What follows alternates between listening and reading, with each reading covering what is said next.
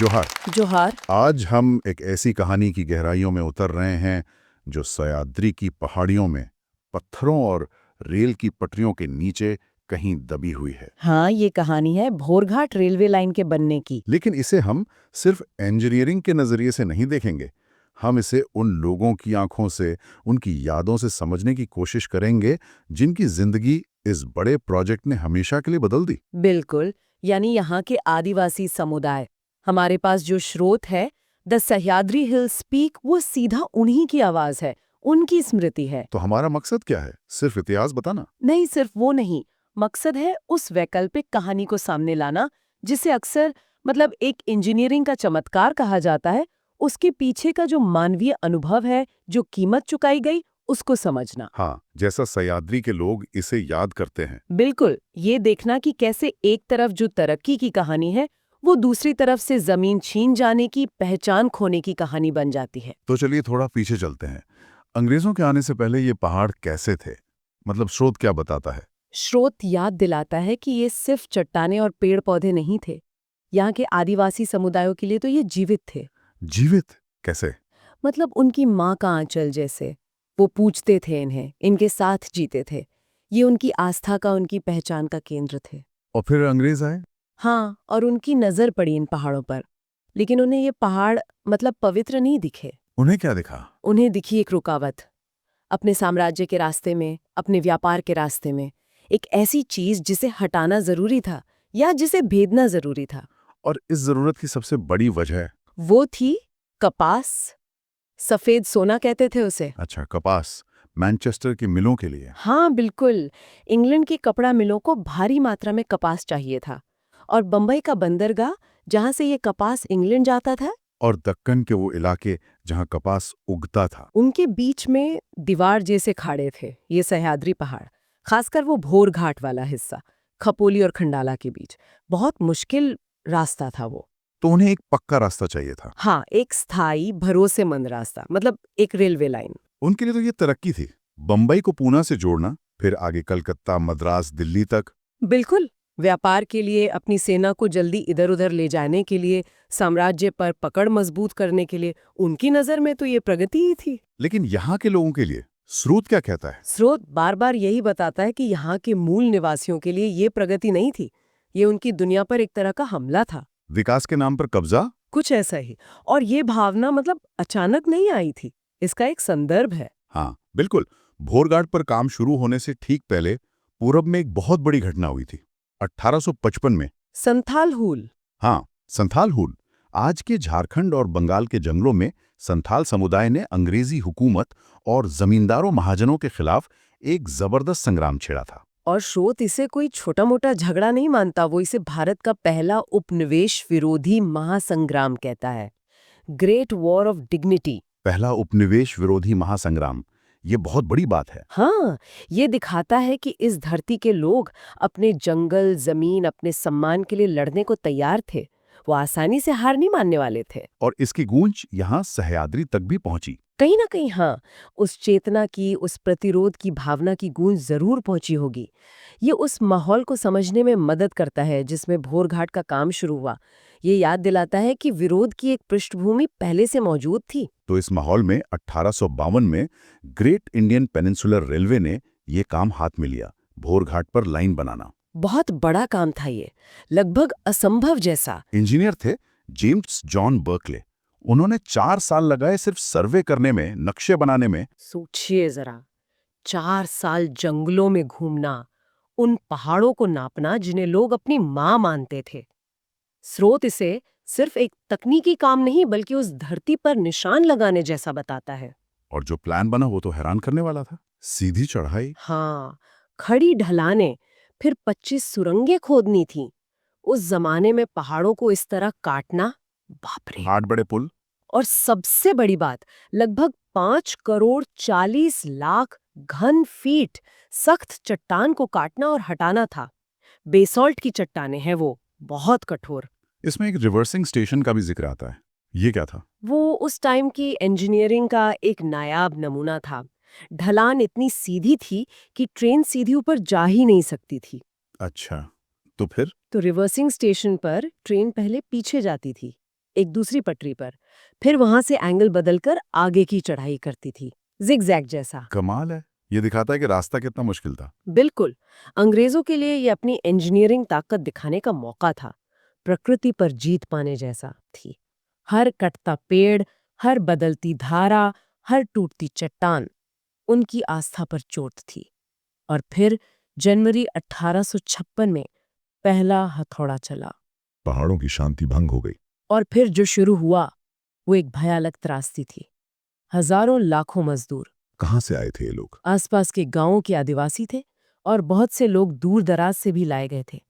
स्रोत कहता है कि किसी भी वक्त वहां घाटी में करीब 25,000 लोग काम कर रहे होते थे। 25,000 एक छोटी सी घाटी में? हाँ, सोचिए, वो भीड़, वो शोर, वो अव्यवस्था। और उनके रहने सहने के हालात? बहुत बुरे। स्रोत जो बताता है वो डरावना है। पीने का साफ पानी नहीं, धूप बारिश से बचने का कोई ठिकाना नहीं, खाना? बस नाम मात्र का। नतीजा, बीमारियां, मलेरिया, हैजा, पेचिश, महामारी की तरह फैली ये बीमारियां। और ये नई बीमारियां थी शायद। हाँ, ये जंगल की बीमारियां नहीं थीं।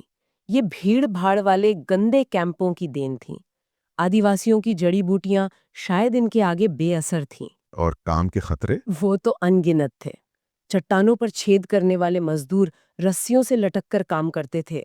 स्रोत उन्हें शिकारी के जाल में फंसे पंछी जैसा बताता है। जरा सी चूक? और सीधी मौत, गहरी खाइयों में गिरकर।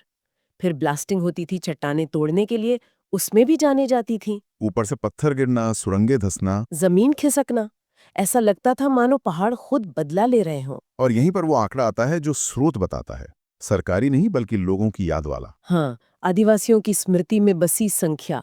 वो कहते हैं कि 8 साल में 24,000 से ज्यादा मजदूर। 24,000 मौतें। ये तो कल्पना से परे है। बिल्कुल। ये आंकड़ा जो कहीं लिखा नहीं गया पर लोगों को याद है। ये बताता है कि जिसे अंग्रेज प्रगति कह रहे थे, वो बनाने वालों के लिए मौत का कुआं था। ये थी उस विकास की असल कीमत। क्या इस सब के खिलाफ कोई आवाज नहीं उठी? कोई प्रतिरोध नहीं हुआ? हुआ, जरूर हुआ। जब 1857 का महासंग्राम उत्तर भारत में चल रहा था, उसकी तपिश यहां तक भी पहुंची। अच्छा, कैसे? बर्कले के बाद एक ठेकेदार आया, विलियम फेवियल। बहुत क्रूर था वो।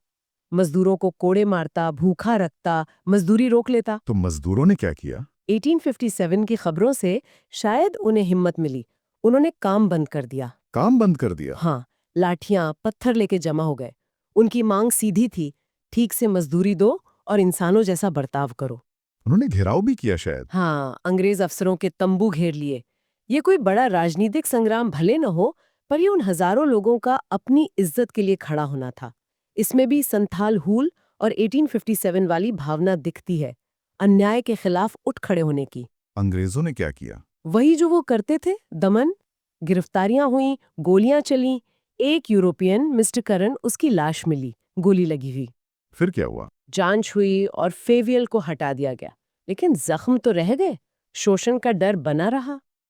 इस पूरी कहानी में महिलाओं का भी जिक्र है, लेकिन अक्सर उनकी भूमिका को अनदेखा कर दिया जाता है। हाँ, ये बहुत जरूरी बात है। एक और ठेकेदार था, सोलोमन ट्रेडवेल।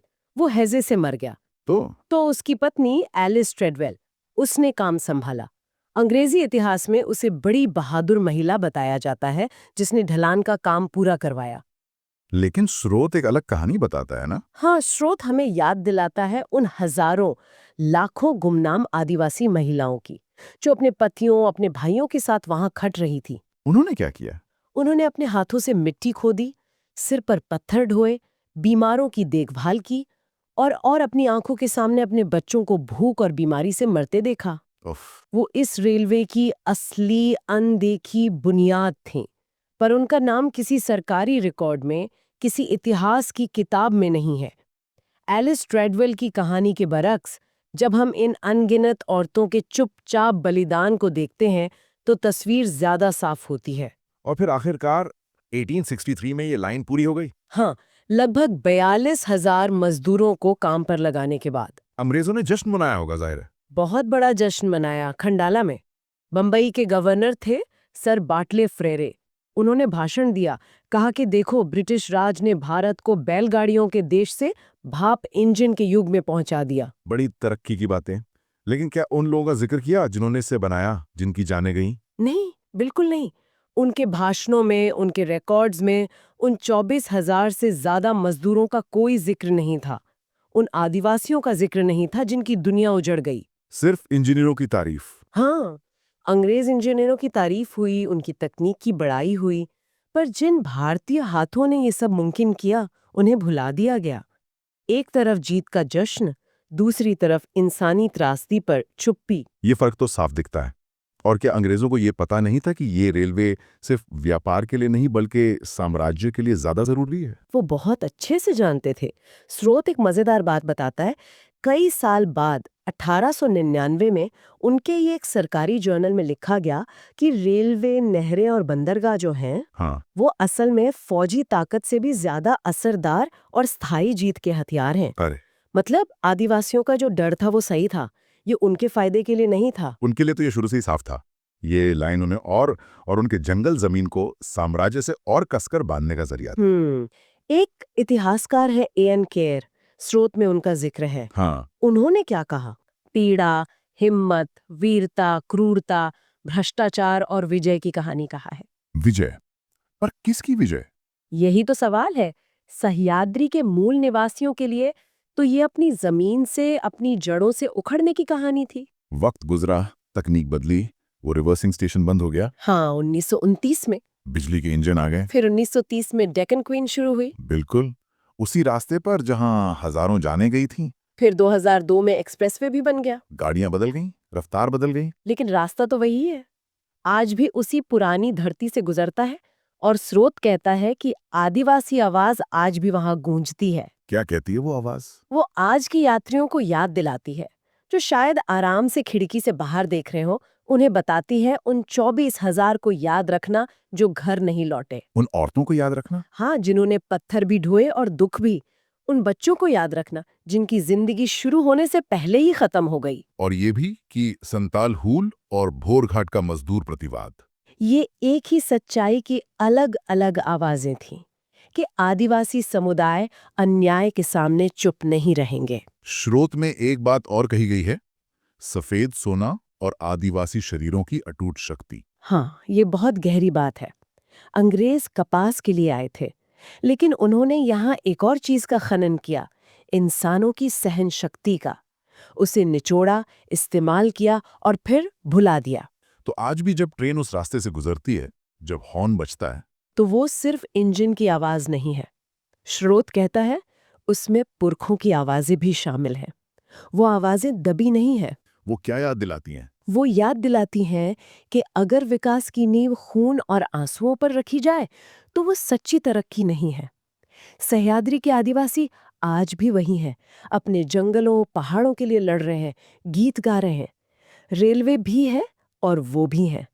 और जब तक उनके गीत हवा में है, भोरघाट की ये कहानी जिंदा रहेगी। ये सोचने पर मजबूर करता है कि हम इतिहास को किसकी नजर से देखते हैं, किसकी कहानी सुनते हैं, किसकी नहीं। बिल्कुल। सरकारी रिकॉर्ड एक बात कहते हैं, लोगों की यादें, उनकी कहानियां, उनका दर्द एक बिल्कुल अलग, शायद ज्यादा सच्ची तस्वीर दिखाते हैं। और ये सिर्फ गुजरे जमाने की बात नहीं है, ये आज भी उतनी ही जरूरी है। हाँ, आज भी प्रासंगिक है। तो ये थी भोरघाट रेलवे की वो कहानी जो अक्सर सुनाई नहीं जाती। इंसानी कीमत, आदिवासी नजरिए और कभी न मिटने वाली यादों की कहानी हमारे स्रोत द सह्याद्री हिल्स के जरिए। और जैसा स्रोत कहता है, अंग्रेजों ने सफेद सोने यानी कपास और आदिवासी शरीरों की अटूट शक्ति दोनों का भरपूर इस्तेमाल किया। ये हमें एक सवाल के साथ छोड़ जाता है क्या सवाल? कि आज भी हमारे आसपास दुनिया में कितनी बार ऐसा होता है कि जिसे हम विकास कहते हैं, वो ऐसी ही अनदेखी, अनजानी मानवीय कीमत पर टिका होता है। और ये बात खुद प्रगति की हमारी समझ पर क्या सवाल खड़े करती है। जोहार। जोहार।